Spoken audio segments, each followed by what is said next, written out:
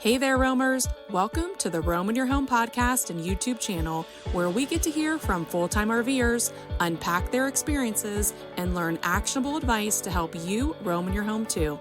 I'm your host, Jamie Williams. Thank you so much for being here. Buckle up, my friend. Let's get ready to go on an adventure together right now. Welcome back to the Roam in Your Home podcast. Jamie here, and I am super excited to be back with the second episode in this special series of how to make money online so you can RV full time. If you haven't listened to last week's episode yet, go now and listen to that first, then come back here because today's episode builds on it and I don't want you to miss a thing. I can't wait to share with you the roadmap, how you can start earning revenue that will replace your 9-to-5 and not have to live off your savings or retirement or look for contract work or workamping. I mean, that's the real dream, right? To be able to RV anywhere you want, whenever you want, and never have to worry about having enough money to do it. That's certainly been our dream.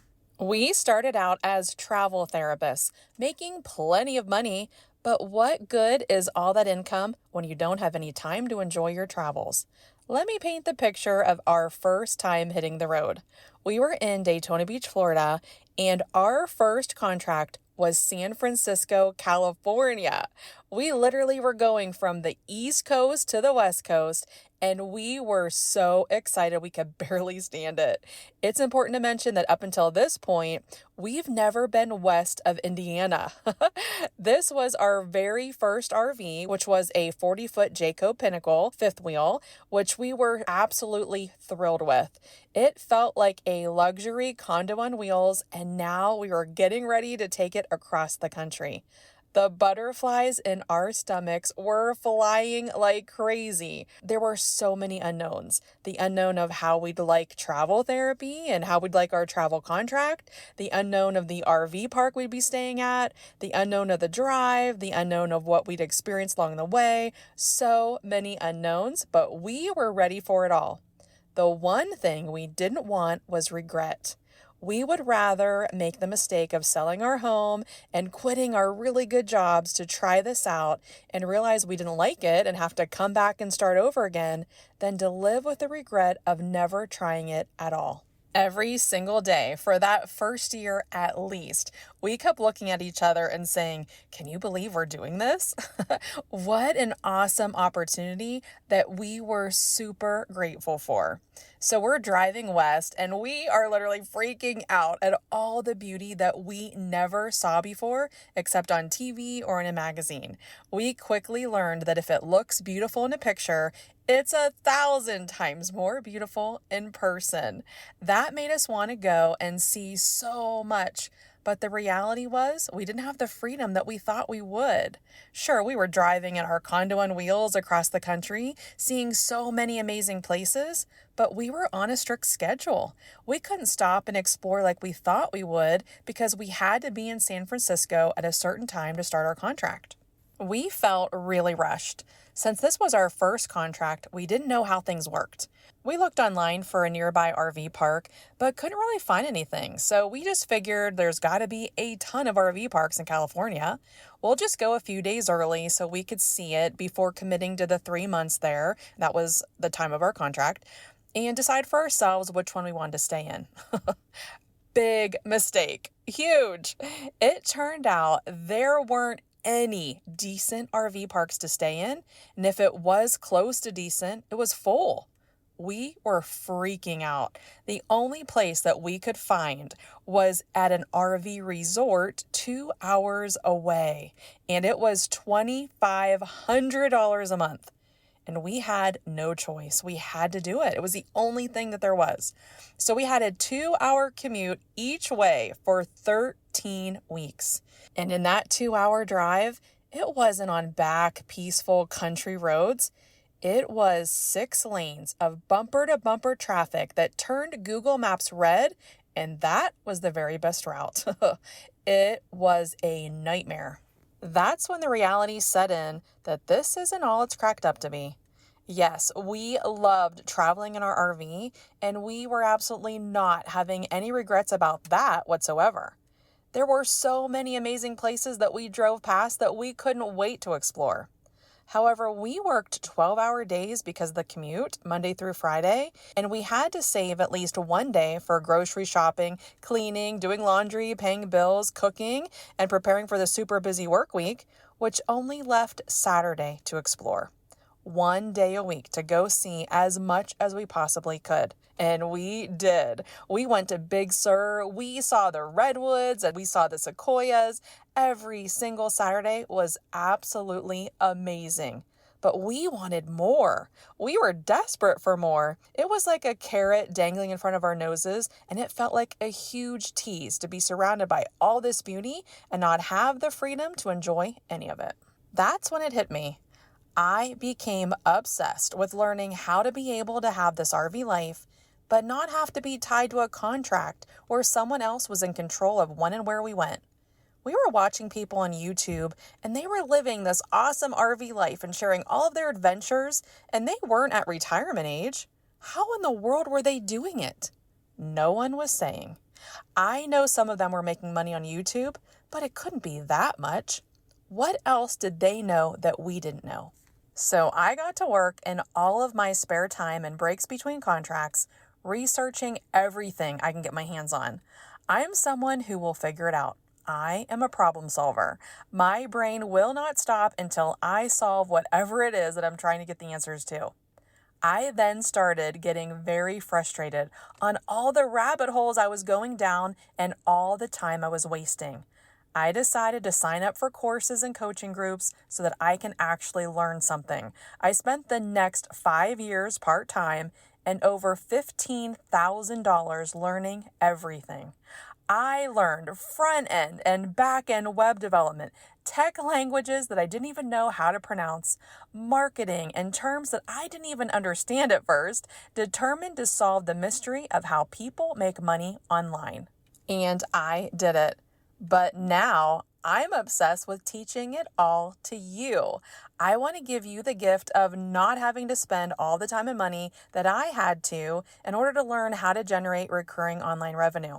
I want to share it all with you so that you can get started making memories with your family as soon as possible. So let's jump into today's lesson.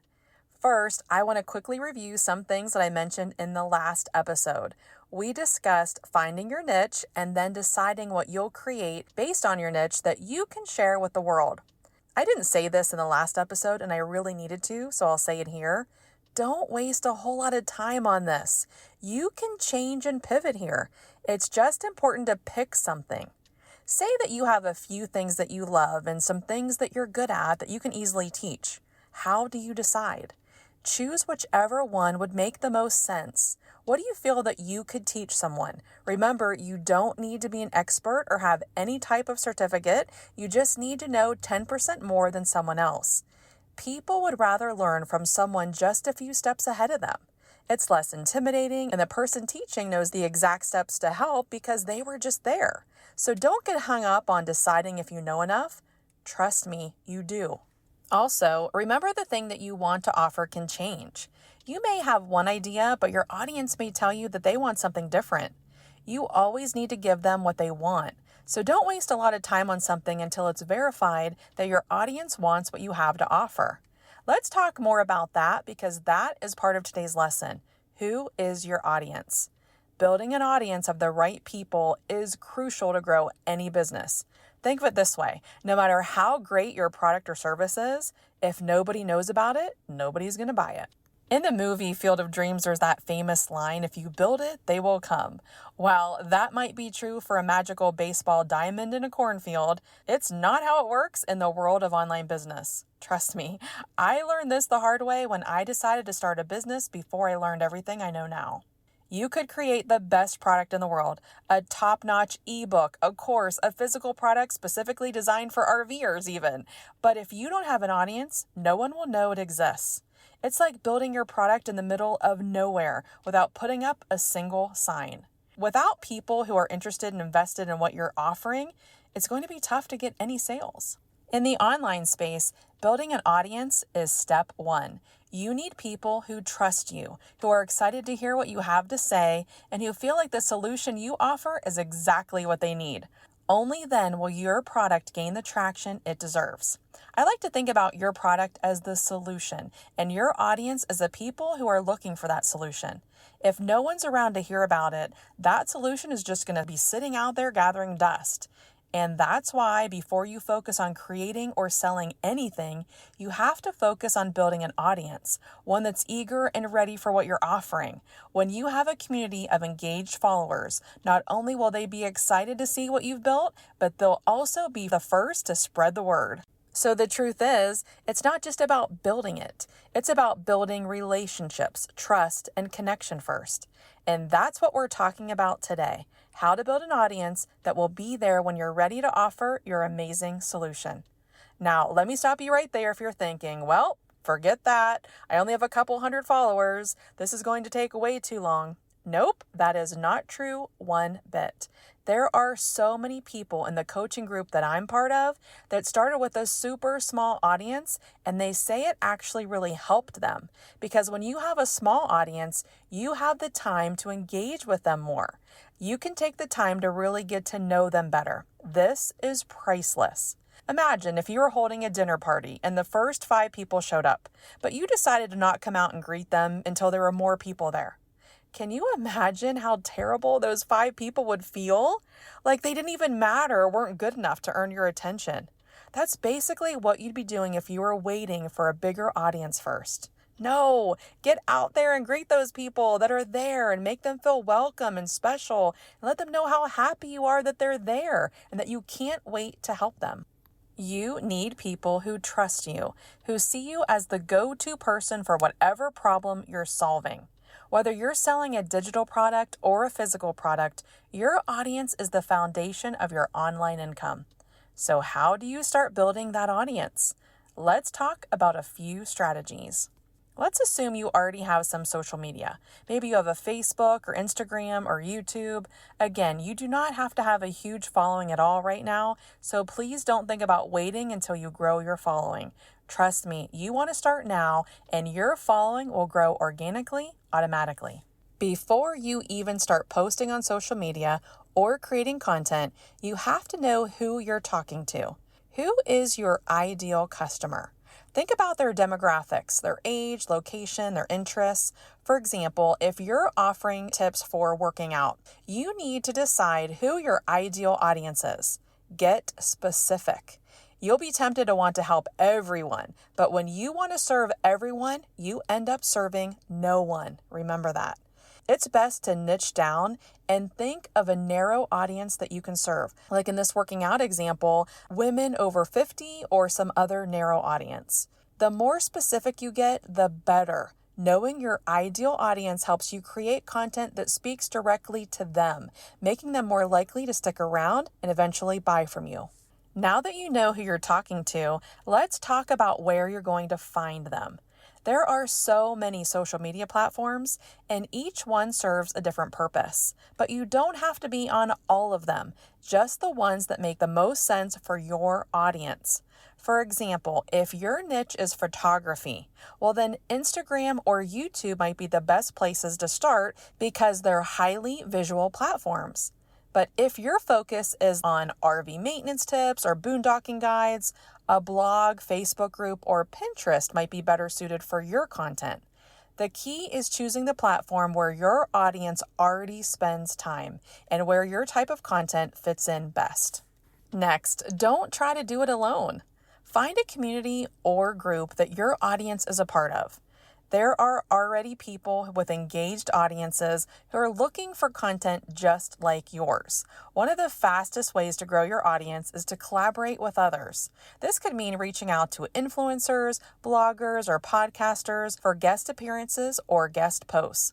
Or it could be as simple as participating in Facebook groups or online forums where your ideal audience hangs out.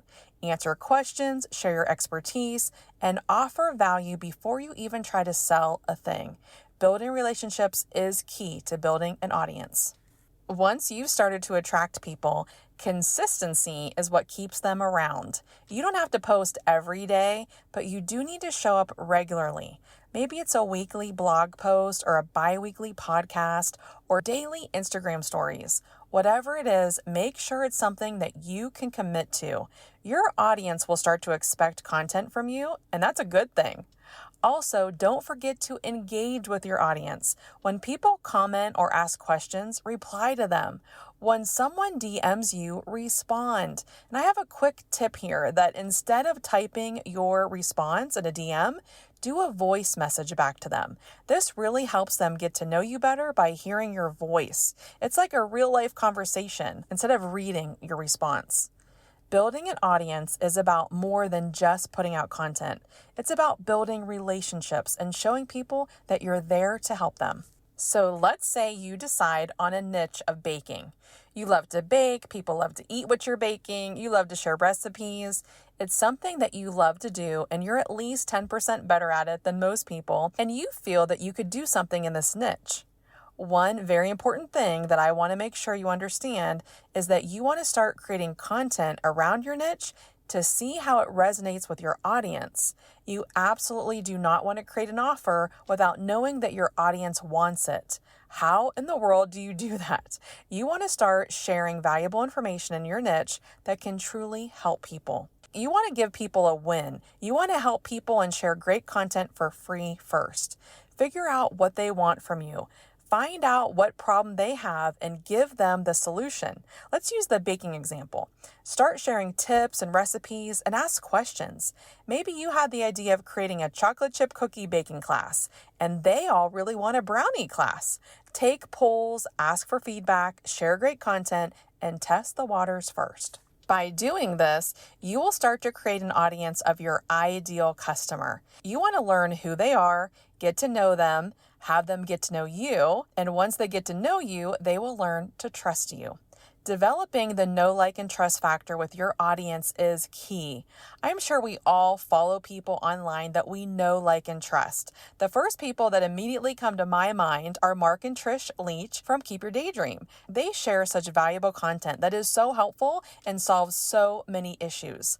Once we started watching them regularly, we immediately liked them. We felt like we knew them and we trusted them. And then when they offered their How to Start a YouTube Channel course, we couldn't buy it fast enough. We were super excited to learn from them and we're happy to pay them for their course because they already gave us so much value for free. They also made us think if they gave us this much for free, imagine what their paid stuff is like. And they did not disappoint. Their course is awesome and we learned a ton from them. So keep that in mind when you share your content. You want people to say, if this is free, I can't imagine what the paid stuff's like. So once again, there is so much more that I have to teach you, but we'll stop there for today. I hope I didn't leave you feeling like you drank from a fire hose, and I hope that you feel like you've learned something and have an actionable step to get you closer to your goal. And remember, for those that do not want to wait for every week's episode to air and then piece together each step to get the full strategy, I will be sharing the entire process in a free online workshop. If you're like me and a visual learner, it's so much easier to have someone teach you by showing you, and this will also speed up the process of getting you all the information. I will have a slide deck filled with details and will be sharing my screen and walking you through what you need to do to start making money online.